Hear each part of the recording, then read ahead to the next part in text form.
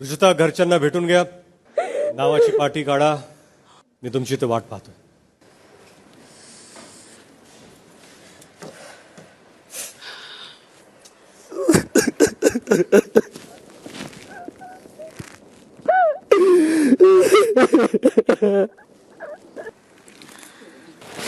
Thank you for everything, guys. Love you, Ruchi. Love you. हा season 6 आहे. इथे twist fix आहे असं म्हणत स्पर्धकांसह प्रेक्षकांना धक्का देणाऱ्या बिग बॉस मराठीचं 6वं पर्व महत्त्वपूर्ण वळणावर जाऊन पोहोचलं आहे.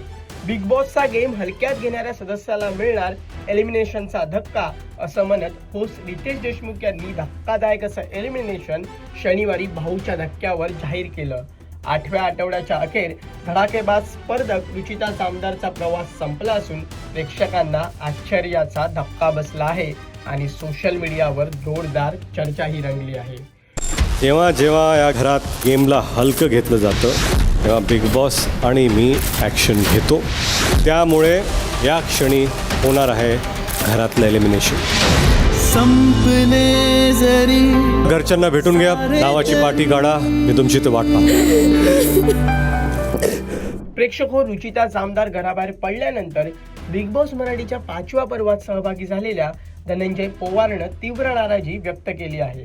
इंस्टाग्राम स्टोरीवर एक व्हिडिओ शेअर करत धनंजय पवार म्हणाला की रुचिता बाहेर पडली आहे, पण मला वैयक्तिक असं वाटते की या अगोदर रोशन भजनकरला खूप मतं होती, तरीही रोशन भाऊ बाहेर गेले. रुचिताला खूप मतं होती असं मला कळतंय आणि जाणवतंय, तरीही रुचिता बाहेर गेली. रुचिता कंटेंट देत आहे. मागच्या पूर्ण आठवड्यातही रुचिताने कंटेंट दिला आहे, मग तरीही रुचिता बिग बॉसच्या घराबाहेर गेली. तसंच धनंजयने व्हिडिओवर हे काही पटले नाही असंही लिहिलंय.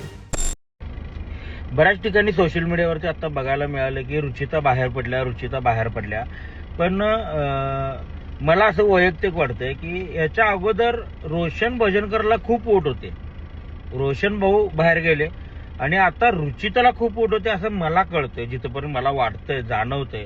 कारण रुचिता कॉन्टेंट देते, मागचा आठवडा पूर्ण रुचितानं कॉन्टेंट दिलेला आहे, मग तरीही रुचिता बाहेर गेली घराच्या.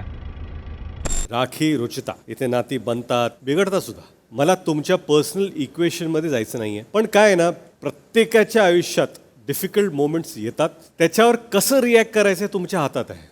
मला असं वाटतं की त्या गोष्टी एक्स्ट्रीम लेवलला घेऊन जाऊ नका. तुम्ही दोघीही वेगवेगळ्या प्रकारे रिॲक्ट करतायत. रुचिता, तुम्ही बेशुद्ध झालात. राखी, तुम्ही पाण्यात गेलात.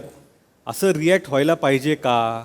तुमच्या दोघींकडून एक सेन्स ऑफ मॅच्युरिटी एक्सपेक्ट करतो आपण. सागर आणि रुचिता, तुम्हा दोघांना ऑल द बेस्ट. ऑनोलब्स हातात घ्या. मी काउंटडाऊन देईन. 3, 2, 1 उघडा.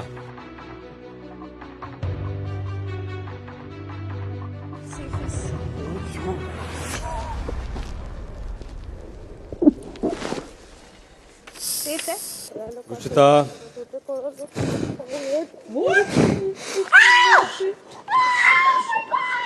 रुचिता, घरच्यांना भेटून घ्या. नावाची पाटी काढा. मी तुमची इथे वाट पाहतोय.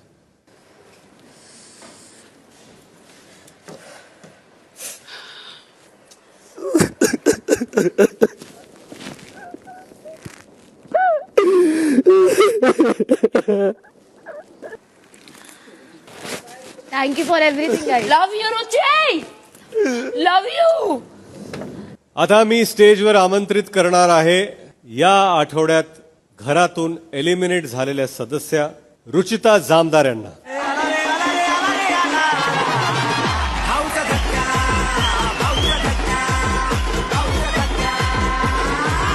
दरम्यान बिग बॉस मराठीच्या घरातून बाहेर पडल्यानंतर रुचिता जामदार म्हणाली की बिग बॉसच्या घरात प्रत्येक गोष्ट मी मनापासून केली आणि खूप वेळा नॉमिनेट झाले, परंतु तरीही माझ्यावर प्रेम करणाऱ्या रसिक प्रेक्षकांनी मला या खेळात लढायला बळ दिलं.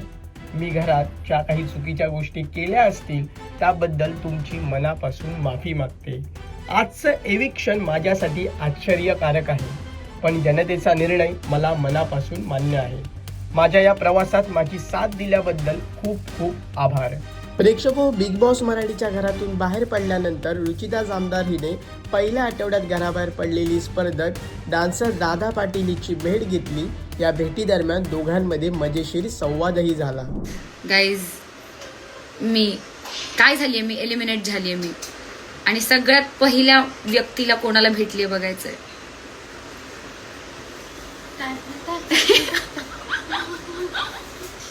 पहिल्या आठवड्याची जुगलबंदी स्टिल ऑन.